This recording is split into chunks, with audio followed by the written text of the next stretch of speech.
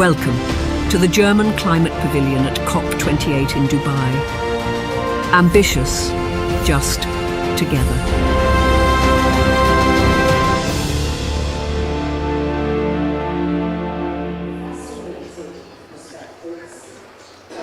So, welcome everybody to this event tonight.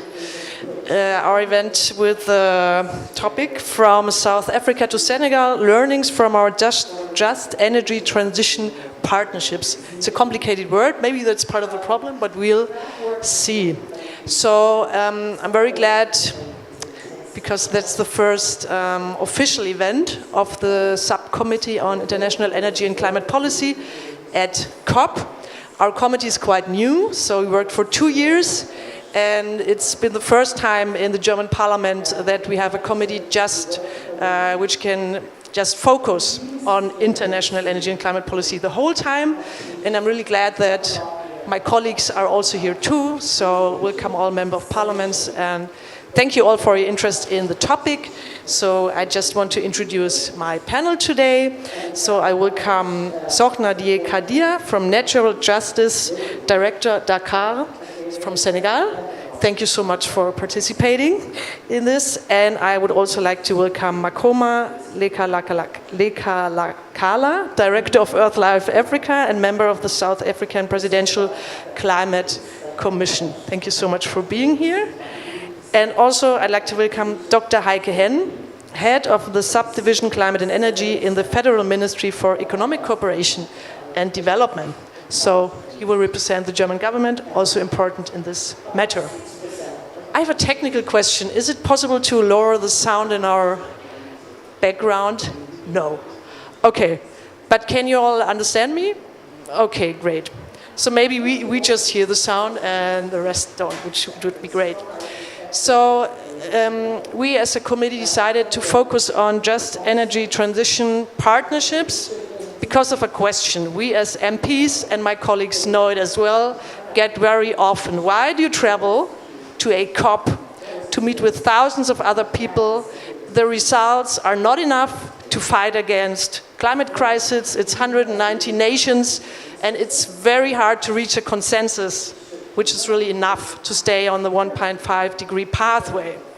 So we have a lot of answers to this, but one of the answers was always we need to form a high ambition coalition between those nations who want to progress faster, who are more ambitious, and not to just rely on COP results, but to really have bilateral partnerships, trilateral partnerships between countries to give each other feedback and to head on a good way. So that's why we're talking about JETPs today.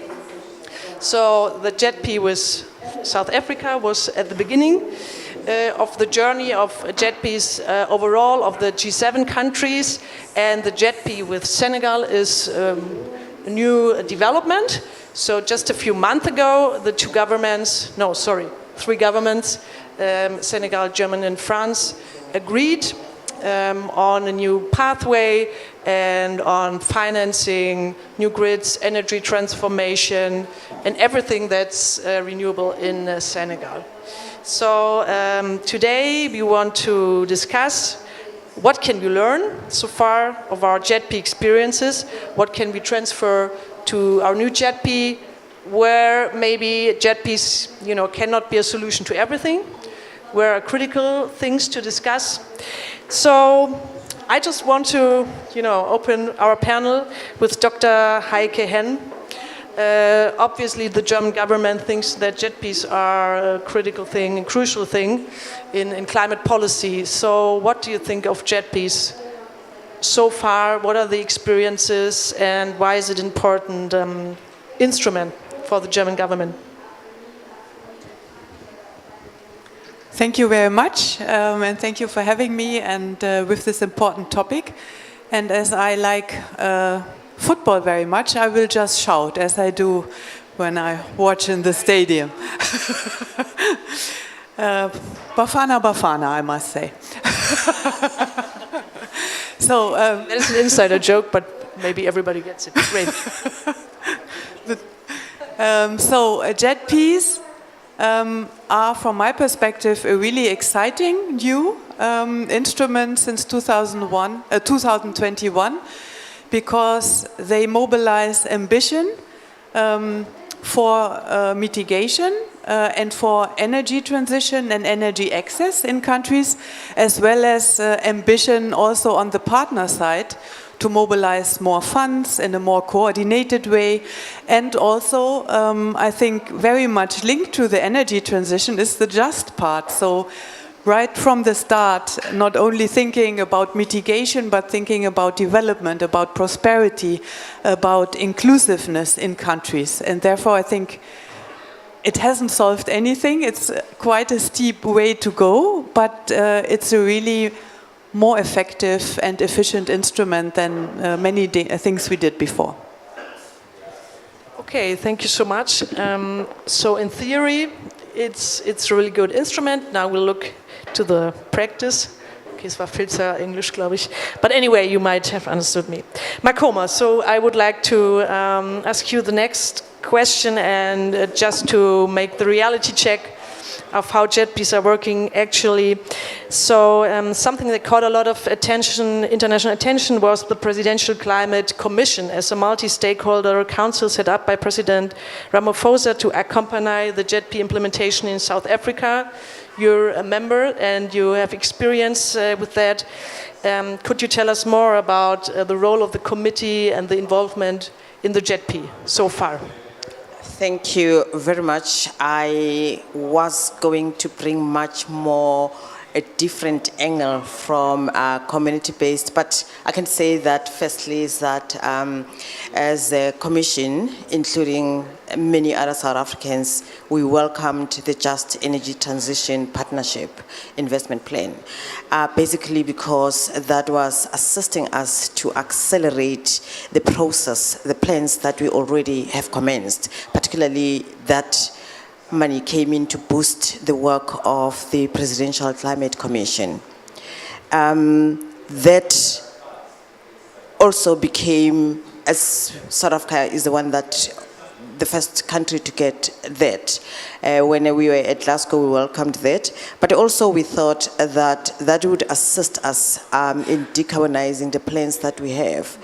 And with the Just Transition Framework guidelines that the Presidential Climate Commission has developed in consultations with major stakeholders in the country, this money became an injection. However, that becoming an injection, now we realize upon reflection that this was for the mitigation purposes, and we need a just adaptation investment now because we are in an adaptative mode, and we hope that with the work that we're doing, also with the injection of finance that we have from this, will provide learning for the other countries that received the support at a later stage.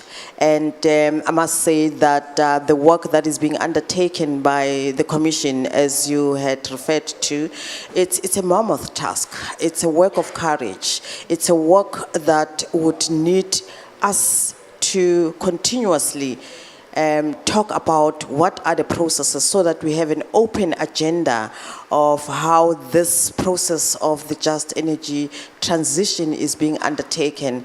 And I believe that the Presidential Climate Commission, although an advisory body, has done a lot of work and even went beyond their mandate. Thank you so much. We will come back to that when we get to the lessons learned. Maybe this could be transferred to Senegal, maybe not. And we should add that I think at the moment South Africa is 70% of the electricity mix is produced by coal. So this is the major task also of the JETP to, phase down coal in the next decades. So it's quite a challenge. So let's move to Senegal. It's quite new, the new JETP with Germany and France, and your organization recently organized a meeting with civil society and municipality actors to advance a just energy transition in Senegal. So you have a lot of expectations towards this JETP. What do you expect? What should it be? What should it bring to the table? Thanks, Lisa. Our JETP, we just signed our JETP last June. It's really quite news. And the fact is the civil society is not really involved in the process of the negotiation, And now we have a lot of expectation for this JETP, but maybe just I can highlight 4 of them. We would like maybe more transparency in this process of JETP, including civil society in the process.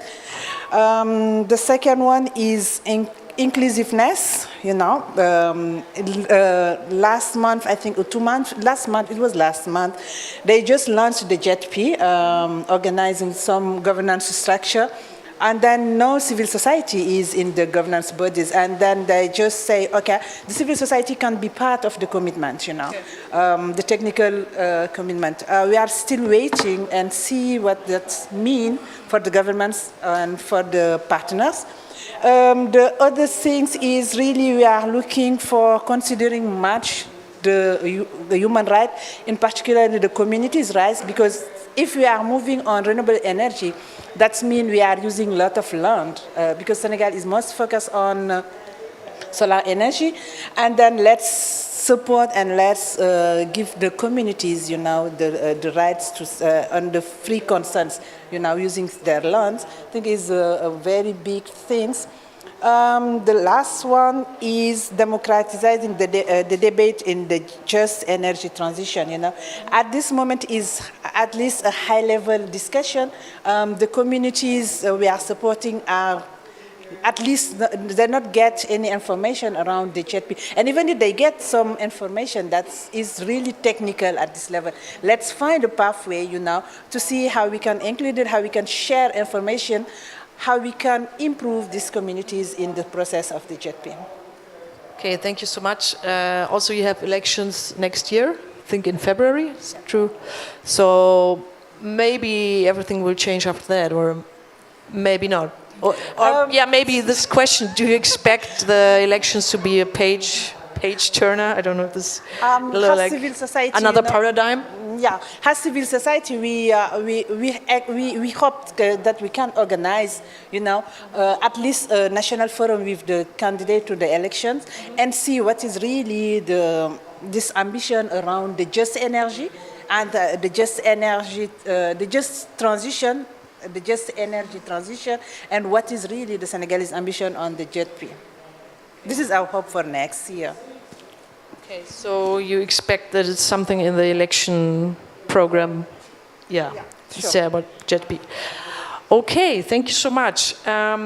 We can already have a first round of comments from the audience. Would you like to? Maybe other members of parliament? Maybe. Yeah, maybe if there are. While still waiting for comments or questions. No, we can continue. I just wanted to give the opportunity, but.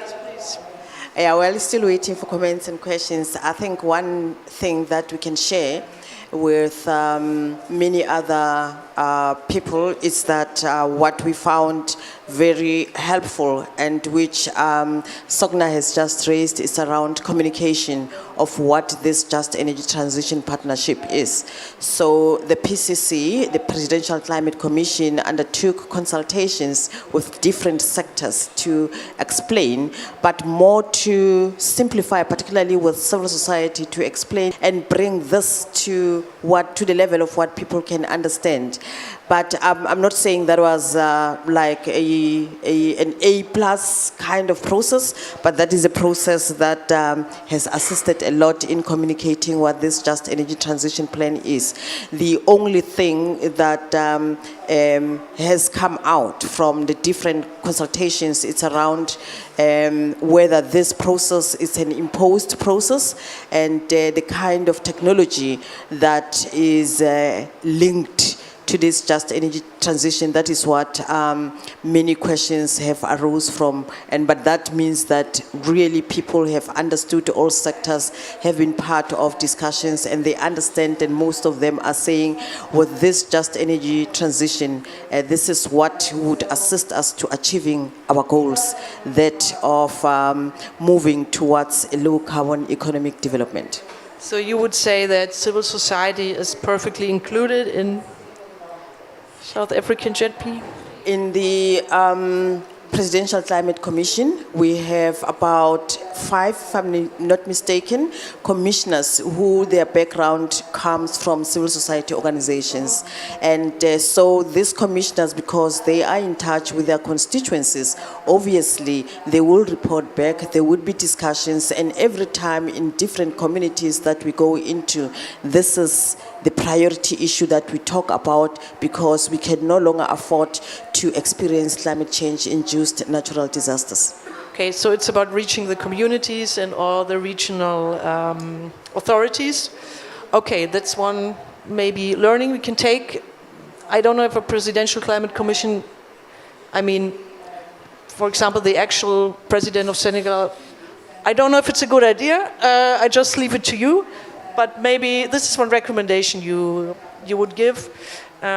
So maybe, as we heard from the challenge in energy system, which is South Africa facing, maybe you could describe which challenges are ahead of Senegal, or what would you see has to change in the energy distribution system as in the moment? I mean that Senegal is really doing at least the best, you know, because we have 30% of our energy who comes from renewable energy. I think that's a lot. And the ambition of the government is to go to 40%, I think, in between this JETP. And my sense or my concern is they have maybe to support the rural communities to access to energy. Mostly, you know, it's not only domestic access energy, it's also the productive of energy, you know. I think this is one important point we really expecting, you know. And Senegal was supporting the electricity for the communities, you see what I mean. And then last month or 2 months ago, the government decided just to end the supporting this energy. And that means now our bills of energy like my home, they are tripling my bill of energy. I'm paying 3 times what I'm usually paying, you know. And it's not really accessible for the communities. The thing is to accessible, but it's when we talk about access to energy, it's also finance access, is access usually for the energy, I think. Okay, so you would also take the rural communities on board, and yeah, because I don't know if the concept of JETP is so, you know, known worldwide at the moment. Maybe not. So, Dr. Hen, just to come back to you. Of course, Senegal is a quite new JETP, but South Africa, so we have seen it's been for a while. So are there any concrete implementations yet? You have seen reduction of CO2 in any sector, so just like practice steps we could hear about. Or is it too early? Yeah, thank you for this ambitious question, I would say. Looking also at the energy transition in Europe and Germany. But I mean, it's fair to ask the question. And thank you so much to my colleagues for sharing your experiences and the important points of transparency and inclusiveness as part of the JUST. So thank you really for that. When we look at South Africa and really with the ambitious plan to get out of coal, and with the NDC that you also have been describing, that has really on the upper range is aligned with 1.5 degrees. So this is really something that then was supported wholeheartedly and with much of ambition and also speed, I must say, from the South African government and from partners. And a couple of programs started more or less immediately. For example, from the German side, as well in the coal regions, but also with budget support for the South African government, very flexible. and focused on reforms in the energy sector. Because with the strong belief that is also part of the partnership, that we have to jointly try to change the enabling environment for renewables to really make them take off as fast as we need them to get the transition going. So this was really happening right from the beginning. And a bit the same is happening now, and is also a lesson learned in the case of other JETPs, that while we are working on all the progress we've seen with the investment plan in South Africa, now an implementation plan presented here at COP28, but papers and plans are important, but they somehow strain the patience of communities and people in load shedding and also without access. So you need fast track programs. You need something happen quickly.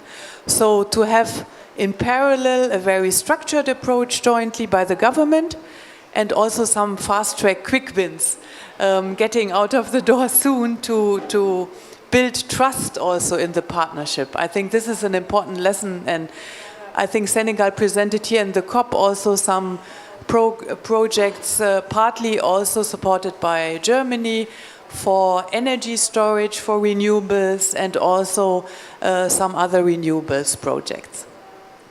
Okay, we would love to hear about that. So I have two last questions for you, and then also the audience may like, you can, jump in. Yeah, maybe you could report about the energy proposals of Senegal at COP. Maybe you can just catch up on this, if you'd like. Yeah, sure. I completely agree. Maybe sometimes we need to go fast track. But my sense is also we need to finalize the process. We are just at the beginning of the process. Are we going fast track and doing a lot of errors? I don't think so. You see, I think we need to take, it's not taking so long time, but we need to take the time and do an assessment and see what is really the need for the countries, even for Senegal. And just one example, we have our electricity code, and now we are looking what is the gap on the electricity, and what is the gap if we need to get a very improved JETP implementing. We are at this level. And now we get 2 projects with the German in the fast track pathway. I'm not really sure if it is really the priorities at this level. We just, okay. Yeah. So maybe. But let's see what really will be this 2 fast track project with the German government. Okay, fast track projects will maybe be seen, but I think quick wins, as you said, it's really everybody's optimistic then, and you have achieved something together. And I mean, of course, we have to say that JETPs are so far, they are one-sided, so it's not like that Germany brings, or France, they are bringing also something to the table. I mean, not in the form of JETP. Of course, we have our own NDCs. I mean, Europe has its NDC, we have our own climate plans. But the moment it's one direction only. So also we could discuss that. But maybe I just hand over to you, because you mentioned that it's important to have a just energy transition and to have social security, to have everybody on board. So what does that mean concretely for South Africa? What do the workers need? What do the communities need really for phasing out coal? Yeah, I get very worried about saying we need to fast track.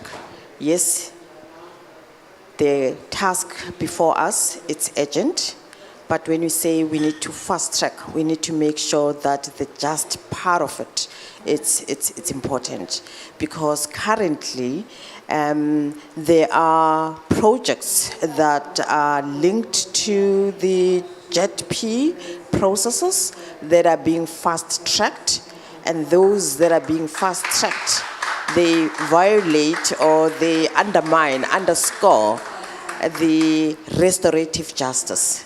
So meaning that if a process is fast-tracked, so that would mean that it will be a special infrastructure project, and some of the legislative processes that need to take place before a project starts would not be done, because this needs to be fast-tracked. And that would be taking people's lands away, for an example, and not considering the biodiversity protection of the country. So that is where the just part comes in. If we fast-track, we need to fast-track considering that it is important to protect and not to repeat what has been done in the past. And that is, I think... Can you say an example, a concrete project where it was, where there was done harm to the nature? example that I have is that the Just Energy, the JETP process, or is linked to the fast tracking of manufacturing of green hydrogen in the country. And for restorative justice purposes, green hydrogen needs a lot of water. And that means that water may be diverted from use for agriculture, for people's use, diverted into the project, because that is fast-tracked. The land that people have fought for to win back, or to get back from when their land was taken during apartheid, that means that land would also be taken, and not considering that people are still in need of their land for their livelihoods. And so also this green hydrogen, it raises issues because it's not for local use from some of our understanding, unless if it's a misinterpretation, it's for export. And if that is so, it's not assisting in reducing energy poverty in the country, because anything that needs to be done. So for us, we would say that the just part, especially with technology, that's the example I'm making, is that we should not repeat mistakes of the past. So it's like the continuous extraction of mineral resources in Africa and taking them to other places. So that's how this hydrogen mining, is as being it has put been here. in the past decades, should not be, repeated. Okay, Dr. Hennes, why don't you give a comment? Yeah, thank you very much. I just realized I didn't. I set myself up for these tough questions by talking about fast track programs. Although I try to build confidence with it. I mean, the fast track projects were asked by the respective governments in order to say, so this is a new partnership. Yes, you want these investment plans. Yes, you want all these long-term and then really analysis and go slowly. But we have to tell our population something is happening. So it was not like the partners coming, oh, we want to fast track, we don't care for the regulation. So I very much share what you also expressed, and therefore I think the understanding is that it has to go hand in hand. And the ask from the partners was that those projects that are fast-tracked fit into the general understanding and notion of the JETP. And in this respect,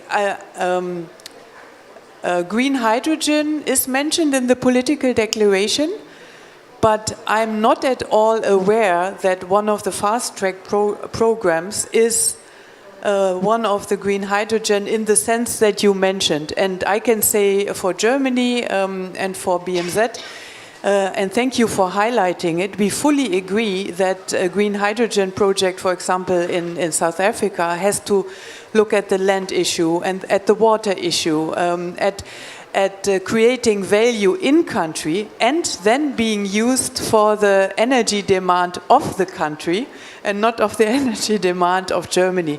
So I fully agree on all aspects that you mentioned, and I don't think, I'm not aware that it is really part of the fast-track programs. So important points you raised.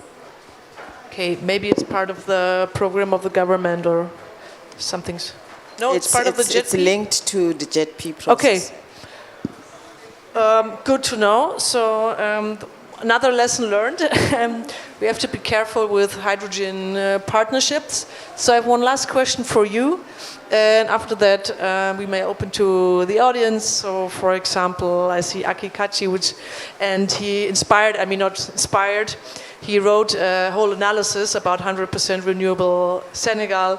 And I see my honorable dear colleagues from Parliament here, and a lot of NGOs, people from the ministries. So, of course, we also want to give you the floor. So my last panel question to you here. We have heard now one lesson learned from Makoma, how we can ensure social responsibility within a JETP. And let's talk about feminism. Because you stated that seeing women's engagement for environment in their communities, there again we have the communities, has been a main inspiration to your work. So as you know, or may not know, German government also highlights a feminist approach to our foreign policy, climate policy, and all sectors. So what can a gender-sensitive approach within JETPs look like in a concrete way? Do you have any answers to that? I will try. Okay, great. Okay, I think first of all, what we really mean. Okay, it's fine. Okay. Okay, I'm just saying that maybe first of all, what we really should be concrete is to integrate gender budgeting in the national policies. I think the government has to go in this point. Gender responsive and affirming budgeting and access to the JETP funding. They can really, I think we are really expecting, gender access to the funding. Is first. The second point is gender has to be involved in the process effectively and in effectiveness, and then they give them the opportunity to influence the policies. As I say early, we are looking maybe to see the gaps in the policies in the framework. The gender should be part of this. And the last one is, in Senegal, the gender is most on the informal sector, and in the agriculture sector. That means also this process should be support gender to access to the energy production. Okay, informal sector, and what was the other? Agricultural. Yeah, no. It's agriculture and informal sector. Okay, so there you have to be gender sensitive in a specific way, because women have a big role in those sectors. So in the end, you want to see funding for communities with women as leaders. Can I put it in a nutshell like that? Okay. Maybe one last question, I can. Is it possible for the communities in the countries to get the funding directly from the JETP, or obviously it's going through the government, right? So it's not possible to give money directly to a city, or would it be possible? Or maybe Makoma also. Thanks very much. I think one other problem or a learning that we have is that this JETP's money come in as loans. And so that also leaves communities out. For an example, in the for the just energy transition, for alternatives, because we don't take this transition as just the just energy transition. We see it as a holistic transition that would change people's lives. And with all the changes that are happening, with the loans that are there, one thing that is missing is like what would happen to the workers and what would happen to the informal economy in the areas. For an example, workers that cannot be reskilled or upskilled. I mean, most of the workers in the coal mining industry are more or less my age, because over 50, because they've been working there forever. So these are the people that can't get new jobs, and sometimes you can't upskill them. So that JETP doesn't have an allocation of grants that would be used as trust funds, so that the workers workers, those who are like very old, cannot be reskilled, cannot be re-employed, and the community at large to be able to be part of beneficiaries of that trust fund. And when this is linked to the loans, that means indebting the country more, and the social security then become lessened. But I feel that if the loans had a portion of what we would call a larger portion for grants, that would assist a lot in improving people's life, and also ensuring that people can be able to have cooperatives like the one that you have in Germany on electricity generation, socially owned, because they will have seed funding to be able to survive and continue and contribute towards a low carbon economic development. Okay, so social funds to support whole families, communities, pension funds maybe too, yeah. Okay, so I've already seen a question of 2 questions, but I may start with my honorable colleague, Dr. Anja Weisgaber from the Christian Democrats. So, and maybe we can collect some questions and you hand over the microphone behind you after that. Please. First of all, I introduce myself, Anja Weisgaber, spokeswoman for environmental and consumer policy of the CDU-CSU group in the German Bundestag, German Parliament. The idea behind the NDC partnerships, which has been launched in Marrakesh, was to help you to achieve your NDCs. But my question is, what can we learn from Senegal and South Africa? Perhaps we can learn also from you. Okay, thank you so much. And we hand over the microphone. I'll take one more question. Thank you. My name is Axel Michaelova from Perspectives Climate Research at University of Zurich. My question relates to what we heard from our South African panelists. The share of grants in these JETPs is minuscule, and the share of loans, especially also loans with market rates, is very high.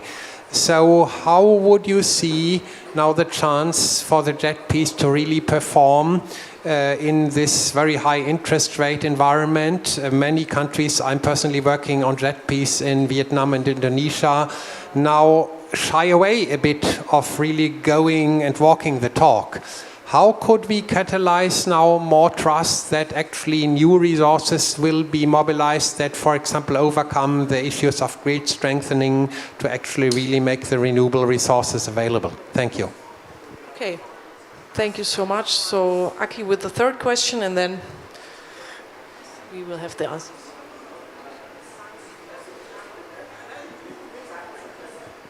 Yes, thank you. Aki Kac from New Climate Institute. I'd be interested to hear in the various panelists comment on donor coordination and to what extent the JETP process has helped both within the IPG as well as sort of what learnings we can have for country platforms more generally. I was rather surprised to see that the US was not part of the IPG that signed the Senegal JETP. Although the US had just very recently in 2018 set up a power compact for Senegal with the grant funding of I think $600 million. So they've already funding a lot of things in the power sector in Senegal, but then they didn't sign on for that. And what does that mean for coordination within the international partner group? Thank you. Okay, thank you so much. So maybe we start with Heike Hen, and then everyone picks up a question. Yeah, thank you very much for the questions, and I'll just pick and choose what I thought was meant for myself. But happy to comment on also the kind of support, because it was also coming up. The loan ratio. Yeah. Or the grant ratio. So Germany is a country that in the IPG and the different JETPs provides rather the biggest amount of grants. And of course, from our perspective, for the just component, this cannot be loan-based.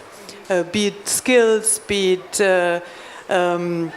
affordable energy also. I mean, there are different aspects, specifically also the inclusiveness So I don't want to go into details, but the just component has to be built on grants.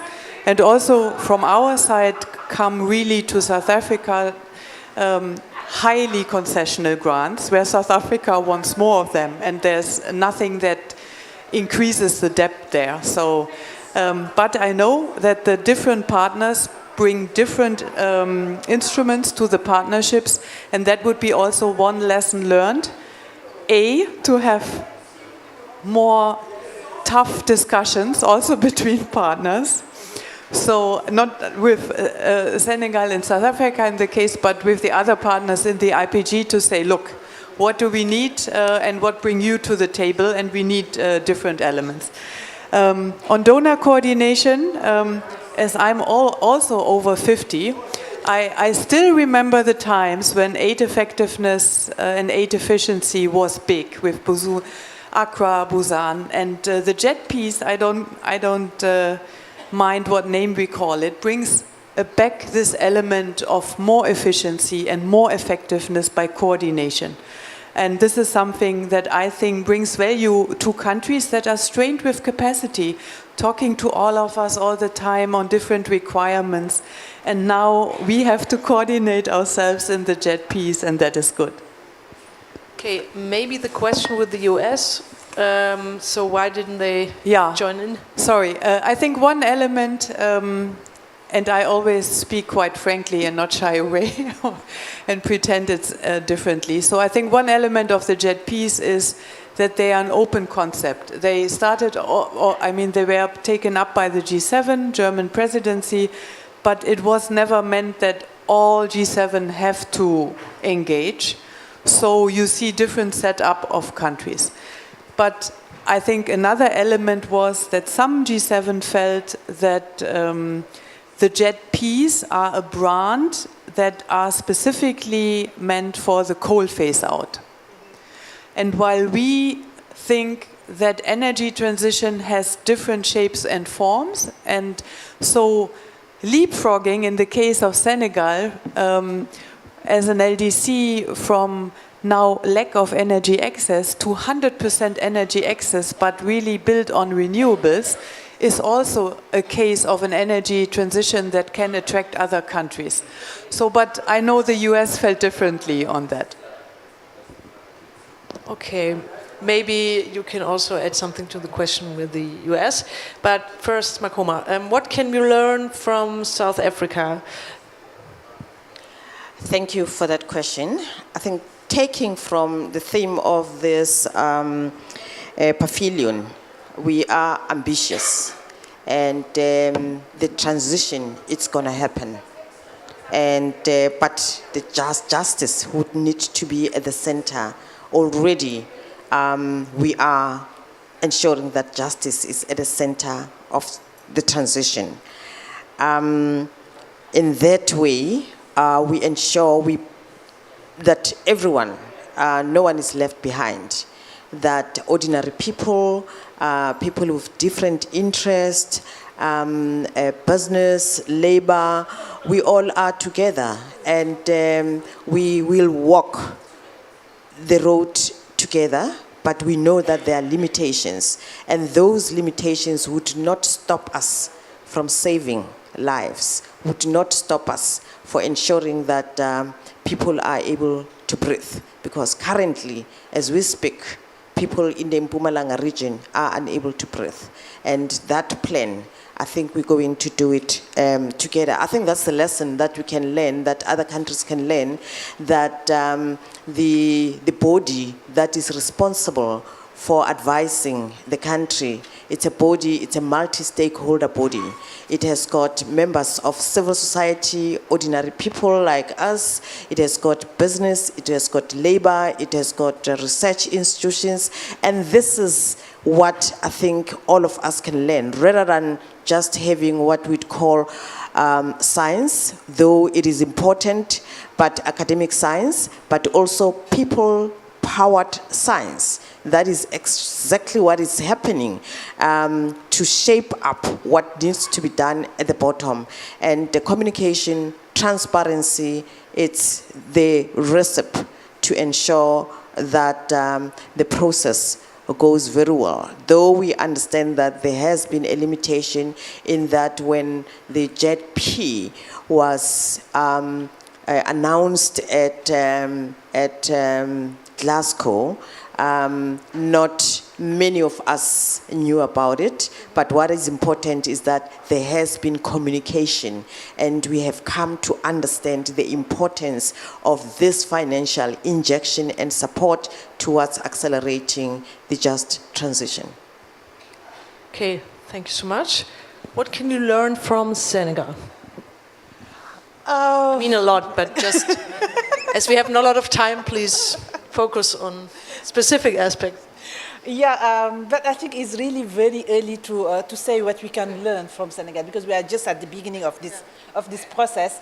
At least one thing the government did is launch this JETP, have a structured governance, and then make sure that the civil society, the private sector, are also in the commitment. The technical support, I think, is maybe the only information I can share at this level.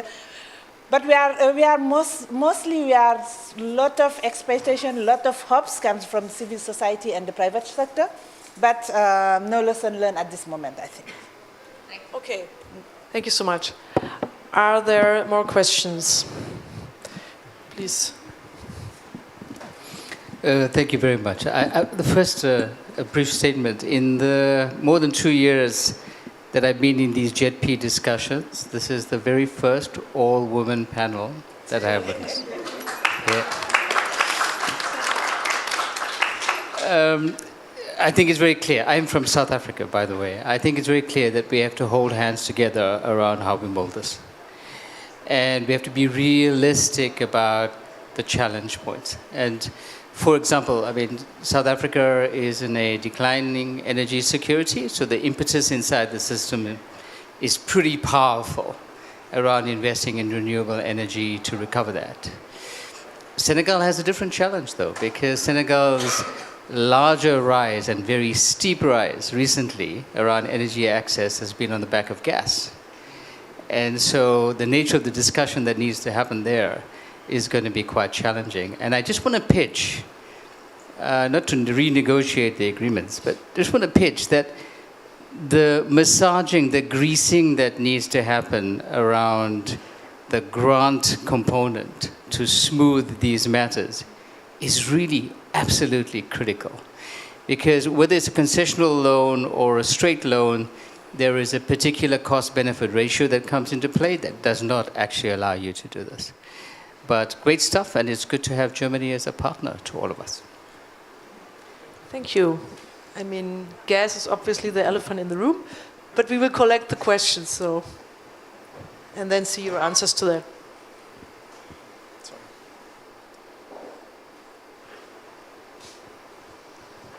Okay, it's a long journey for the microphone. Hello, hi. Hi. Maybe can you shortly introduce yourself? Yeah, my name is Abdelhamid Sharif. I'm a sustainability researcher from Egypt. And I was actually today, the whole day, in the Climate Justice March. And a major part of the discussion was the cancellation of debt. And I tried to make my question very relevant to Germany and German experience, because on the 27th of February 1953, the German debts had been forgiven in the London Agreement.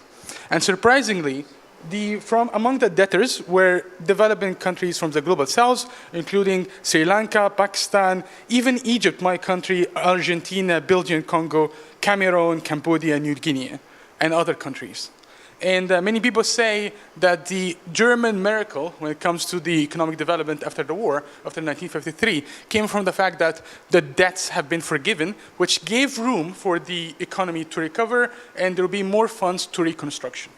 From the perspective of the green transition, how would you see that global south countries could go on with the green transition while they are being shackled in debt? The problem with the green transition is not just the lack of injection of funds, it's that there is a major cash outflow in debt payments year after year after year. And that also debt just affects as well the credit scoring for the country, because if they default and reschedule, the interest rates on loans increases exponentially. So there's also the interest rate Okay. and the cost. So Thank the you. question would be about the debts and And the interest rate inequity yeah, between the global south and the global north. global south and global north, and how historically Germans' debts were forgiven and what are our consequences of that. Very interesting question. So we have room for a third question, final round. Hello everyone, my name is Ibrahim Jah. I'm from Senegal. So very happy to see here my sister and very happy to be here. And effectively, yesterday it was LDC Senegal, civil society, civil asked the government to be more inclusive, to be more participatory for this JETP. And I would like to ask to South Africa if we can have two recommendations for us from South Africa. We know South Africa had his JETP since for 2 years or 3 years, and now we are start in Senegal. And I would like to know, is it possible to have two recommendations for Senegal? Okay, thank you so much. So we heard, it's more of a statement, but you also raised the topic of gas. So I don't know if you want to comment that. You don't have to, but just leave it up to you. Yeah,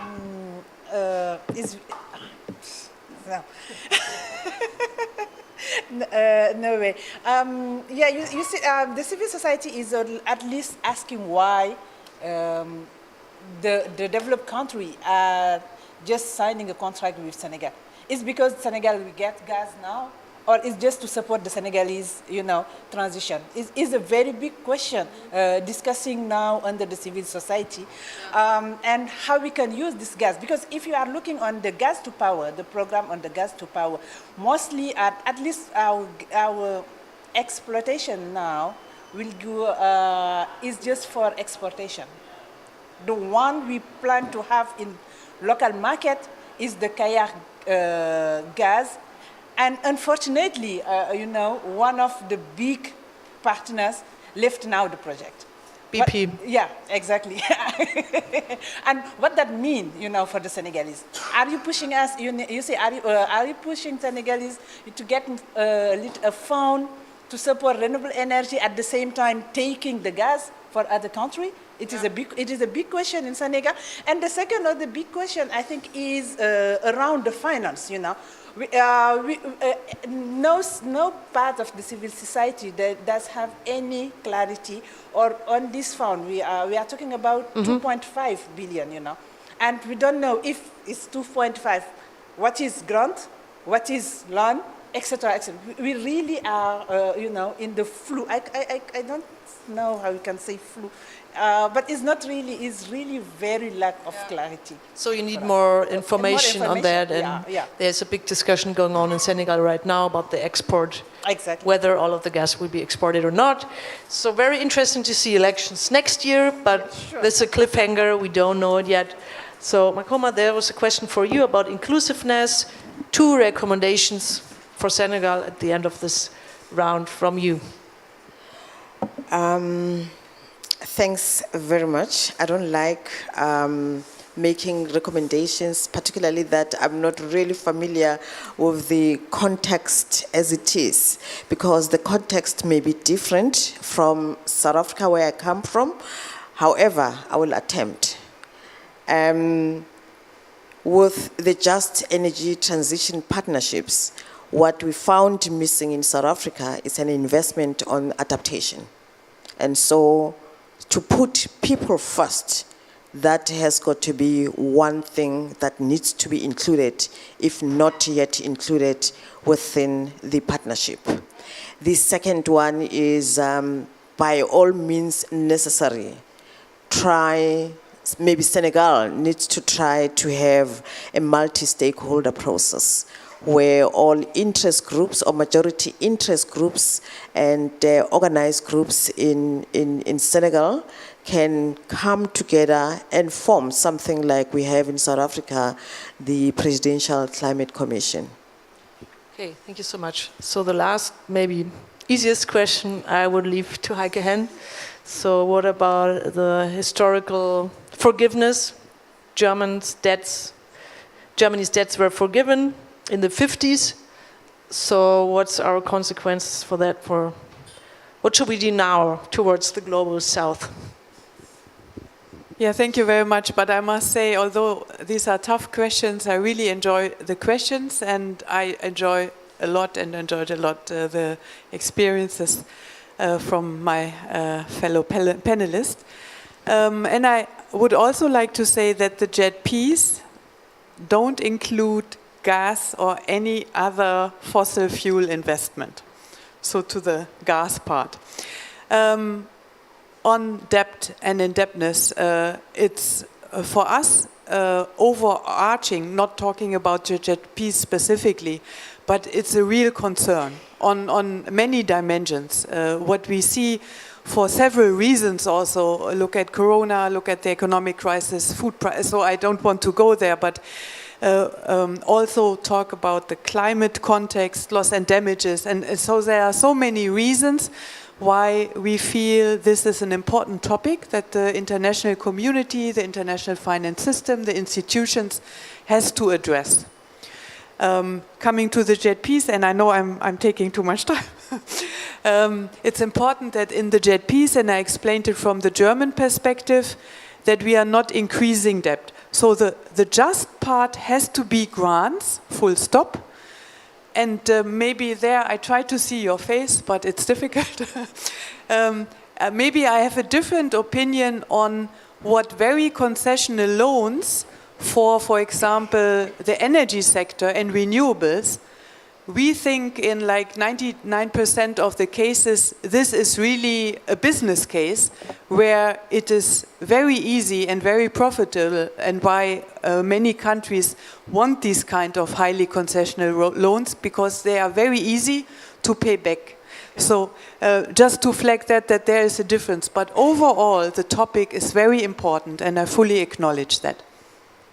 Okay, we will leave it at that, because that would be another panel, and I got some signs that we have to come to an end. Unfortunately, I really enjoyed the panels with other women here, so it was great, and I tried to put it in a nutshell, but of course it's not possible. But basically, what you said, every country has its own experiences, society, structures, so of course you cannot use the experience of one JETP one-to-one for another JETP, but I think what we learned is that it's important to have grants. I mean, bigger ratio of grants maybe within the JETP. So what Heike Henn said, maybe we should fight harder with our partners to get out of the loan concept. Also, gender responsiveness is important, and to contact communities, to take communities on board, to have social security for the workers, but also for the families in the regions where you have, for example, coal phase out or other transformation processes. And that we need the quick wins, but the quick wins shouldn't, be... Yeah, you have to consider what your quick wins might be, maybe not a hydrogen partnership where everything is for export. So you have to be very careful about that. All in all, I think we will give the JETPs a little more time to learn from that.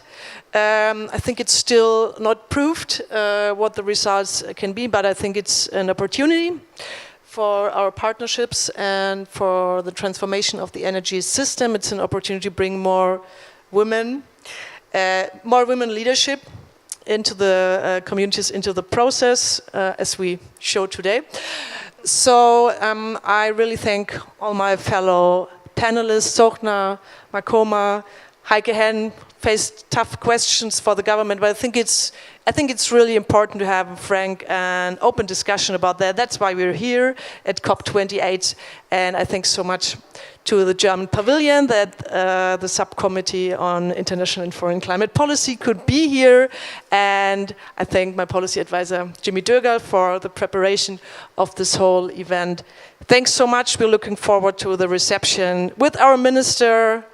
Thanks for your interest in the topic, and I hope we keep fighting for climate action in every ways. Have a nice evening.